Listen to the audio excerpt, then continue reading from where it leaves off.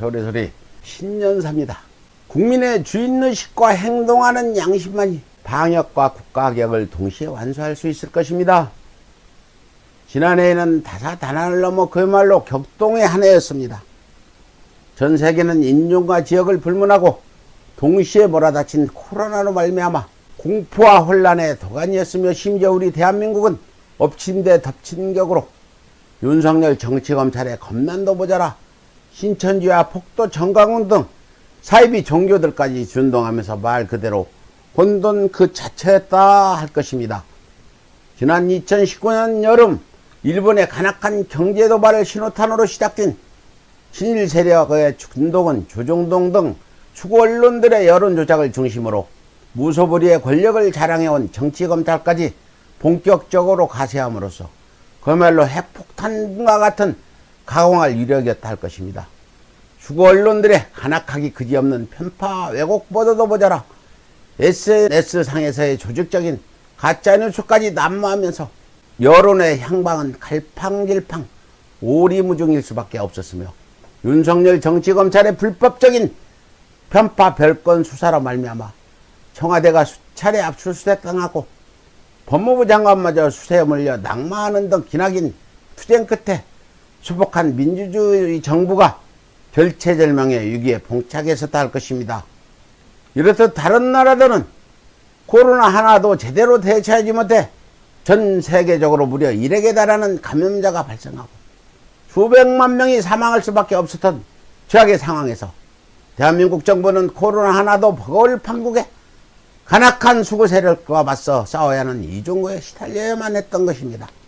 하지만 우리 대한민국은 전염병 창궐에 대한 방역을 철저히 준비한 문재인 정부를 중심으로 국민들의 단합되고 자발적인 희생정신으로 말미암아 특정 지역을 희생시킬 수밖에 없는 강압적인 봉쇄 정책도 없이 코로나 창궐을 효과적으로 차단해 국민의 생명을 충실히 지켜냈으면 물론 방역 모범 국가로서 이른바 선도 국가로 발돋움할 수 있었다 할 것입니다.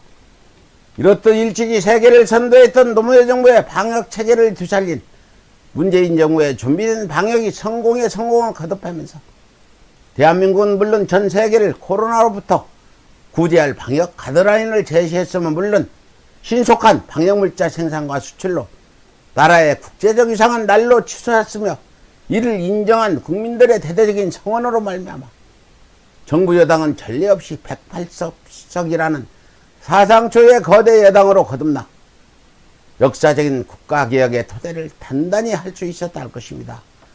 하지만 수구 언론의 간악한 여론 조작에도 불구하고 4.15 총선에서 참패한 수구 세력은 지난날의 국정농단과 사법농단에 대한 반성은커녕 오히려 국민들이 방심하는 사이 포털 사이트 다음까지 은밀히 장악하는 등 더욱 더 간악하고 치밀해진 정치 공작으로 국가개혁에 대한 추후의 발악에 나섰다 할 것입니다.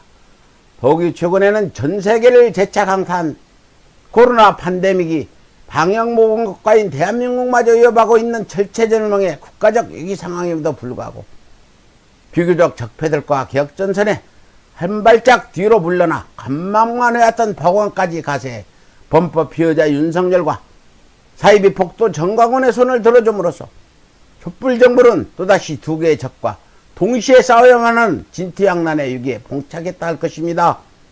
이에 대한민국 깨어있는 국민들에게 간곡히 호소합니다.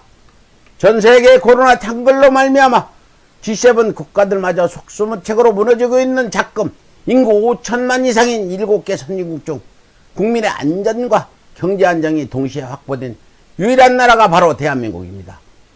그것도 코로나 하나로 모자라 추구 이익집단까지 가시한 두 개의 막강한 적에 동시에 맞서 이룩한 성과였습니다. 이렇듯 전 세계 국가들이 국력을 불문하고 코로나라는 단 하나의 적도 버거워하는 최악의 상황에서도 대한민국이 두 개의 막강한 적에 맞서 선방할 수 있었던 것은 바로 우리 국민들의 깨어있는 주인의식, 바로 진정한 민주주의가 살아 숨쉬며 버텨주었기에 가능한 일이었다 할 것입니다. 다시 말해 국민이 주인의식을 발휘하는 자발적인 실천만이 코로나든 적폐 세력이든 공공의 적을 섬멸하는 원동력이 될 수 있었다 할 것입니다. 또한 앞으로 보궐선거가 다가오면 다가올수록 적폐들의 정치 공작과 여론 조작은 날로 더욱 가난해지고 치밀해질 수밖에 없다 할 것입니다. 하지만 우리 국민들이 민주주의 정부인 문재인 정부를 중심으로 단합해 자발적인 실천으로 맞선다면 적폐든 코로나든 그 이상의 막강한 적도 충분히 제압할 수 있으리라 믿어 의심치 않습니다. 따라서 앞으로 어떤 상황이 벌어지더라도 결코 적폐에 맞서 뒷걸음치는 당신의 행동하는 양심을 절대 용납하지 말아주시길 간곡히 부탁드리는 바입니다. 오직 당신의 행동하는 양심만이 대한민국의 원동력이며 희망임을 잊지 말아주십시오. 감사합니다. 이상 서울의 소리 신년사를 여러분께 전해드렸습니다.